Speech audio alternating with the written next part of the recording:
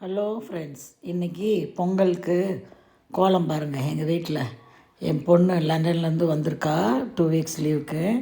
அவளே கோலமெல்லாம் போட்டால் எவ்வளோ நல்லா போட்டிருக்குறா பாருங்கள். எனக்கு அவ்வளோ கோலம்லாம் போட தெரியாது.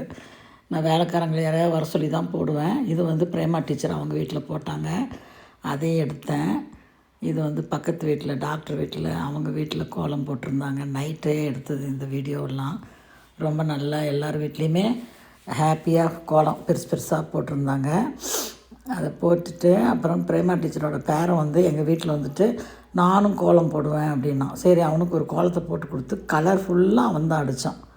என்ன அழகாக அடிச்சிருக்கான் பாருங்கள். மிளிரன்னு பேர், பிரேமா டீச்சரோட பேரன். அவ்வளோ அழகாக அடித்தான். ஏதோ எப்படி அடிக்கிறான்னா, கொஞ்சம் போட்டுக்கிறது அதை கையில் தடவுறது அந்த மாதிரி. இது பாருங்கள், இது ஒரு கோலம் என் பொண்ணு போட்டிருக்குறான். அப்பயே கற்றுக்கிட்டு அப்பயே போட்டான்.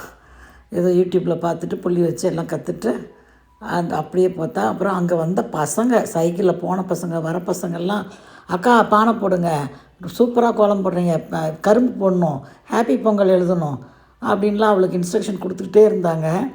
அதனால் அவள் இன்ஸ்ட்ரக்ஷனை கேட்டுட்டு அவங்களுக்காக போட்டாள். இது நான் கலர் கொடுக்குறதுக்கு நான் தான் கலர் கொடுக்குற வேலை மட்டும் எனக்கு கொடுத்துருந்தேன். அதையும் நான் ஒரு சின்ன பெஞ்ச் போட்டு உக்காந்துட்டு அது மேலே உக்காந்துட்டு அதை பெஞ்சை நவுத்தி எல்லா இடத்துலையும் கலர் போட்டுட்ருந்தேன்.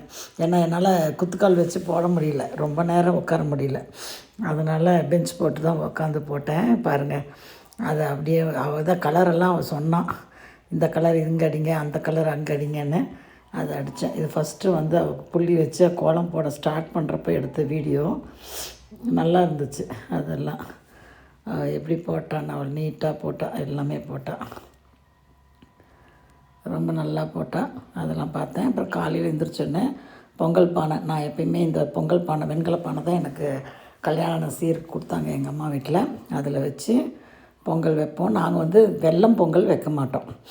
இன்றைக்கி நாங்கள் காய்கறியெல்லாம் போட்டு சாம்பார் மாதிரி வச்சுட்டு பொங்கலை அரிசி புது அரிசியில் பால் போட்டு உப்பு போட்டு கொலன்னு வேக வச்சுட்டு 3 காய் செய்வோம். வாழைக்காய் ஒன்று பண்ணோம், அப்புறமே சக்கரவள்ளி கிழங்கு திம்ஸுகெட்டை அப்படின்னு சொல்லுவோம், சக்கரவள்ளி கிழங்கு ஒன்று, வெங்காயம் எல்லாம் போட்டு தாளிச்சிட்டு எப்பயும் போல் தான் தேங்காய் துருவி போட்டு அதை எடுப்போம். அது ஒரு காய். எல்லா சமையலுமே என் பொண்ணு தான் செஞ்சாள். அவள் என்னை நின்றுக்கோ அப்படின்ட்டா. நான் இருந்தேன்னா இன்னும் கொஞ்சம் சீக்கிரம் செய்வேன் அப்படின்னா பரவாயில்ல, லேட் ஆனாலும் பரவாயில்லன்னு அவளையே எல்லாம் செஞ்சாள். அப்புறம் பூசணிக்காய் செய்ய சொன்னார் எங்கிட்ட ஹஸ்பண்டு. அதனால் பூசணிக்காய் பொரியல், அதுக்கும் தேங்காய் போட்டு கடுகு உளுத்தம்பருப்பு போட்டு வெங்காயம் போட்டு தண்ணி தொட்டு அதை மூடி வச்சுட்டு வெந்த உடனே கொஞ்சம் சர்க்கரை போட்டு அப்புறமே தேங்காய் துருவி போட்டு எடுத்தோம். நான் சொன்னேன் இன்ஸ்ட்ரக்ஷன் படி எடுத்தா. அப்புறமே காயெல்லாம் ஒரு பெரிய குக்கரில் வேக வச்சுட்டா.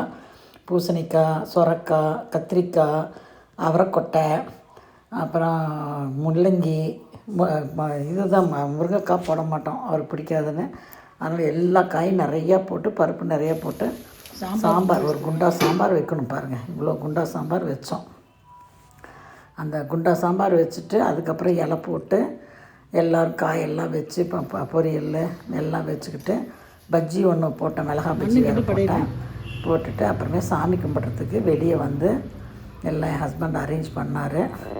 2 இதெல்லாம். ஏன்னா ஒரு வருஷம் கழித்து நாங்கள் பொங்கல் கொண்டாடுறோம். போன வருஷம் எங்கள் மூத்தார் ஒய்ஃப் இல்லாதனால பொங்கல் கொண்டாடலை. இந்த வருஷம்தான் இதுதான் ஃபஸ்ட்டு பண்டிகை ஸ்டார்ட் பண்ணியிருக்கிறோம் பண்டிகை. அதனால் ரொம்ப நாள் ஆயிடுச்சு பண்டிகையெல்லாம் கும்பிட்டு. அதனால் கும்பிட்டோம். அமாவாசையே இப்போ தான் இந்த ஜனவரி மாதம்தான் கும்பிட்றோம்.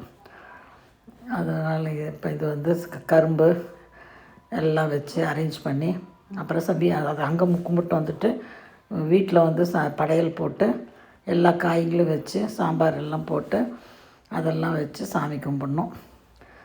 அதுக்கப்புறம் இந்த சேலை விஜயஸ்ரீ அவன் கல்யாணத்துக்கு கொடுத்தது. தேங்க்யூ.